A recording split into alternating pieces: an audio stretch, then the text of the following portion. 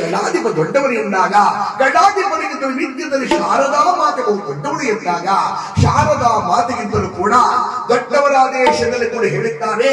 ರವಿಕಾಡಗನ್ನ ಕವಿ ಕಂಡಿದ್ದಾನೆ ಎನ್ನುವುದರಿಂದ ಅಂತಪ್ಪ ಕವೀಂದ್ರನ್ನು ಕೂಡ ವರಕವಿ ಸುರಮುನಿಗಳಿಗೆ ವಂದಿಸಿ, ಸುರಮುನಿ ನಾರದರಿಗೆ ವಂದಿಸಿ, ಭಗವಂತನ ಪಾದಾರಗಳಿಗೆ ವಂದಿಸಿ ಮುಂದಿನ ಕಾರ್ಯವನ್ನ ಇಲ್ಲಿ ಪ್ರಾರಂಭಿಸಿ ಎಂಬುದರಿಂದ ಜಗತ್ತಿಗೂ ಭೂಮಿ ಭೂಮಂಡಲಕ್ಕೂ ಇರುವ ಮತ್ತು ಕೋಟಿ ಹೆಲಮಾಮುನಿಗಳಿಗೆಲ್ಲ ಭಗವಂತನೇ ಕಾರಣ.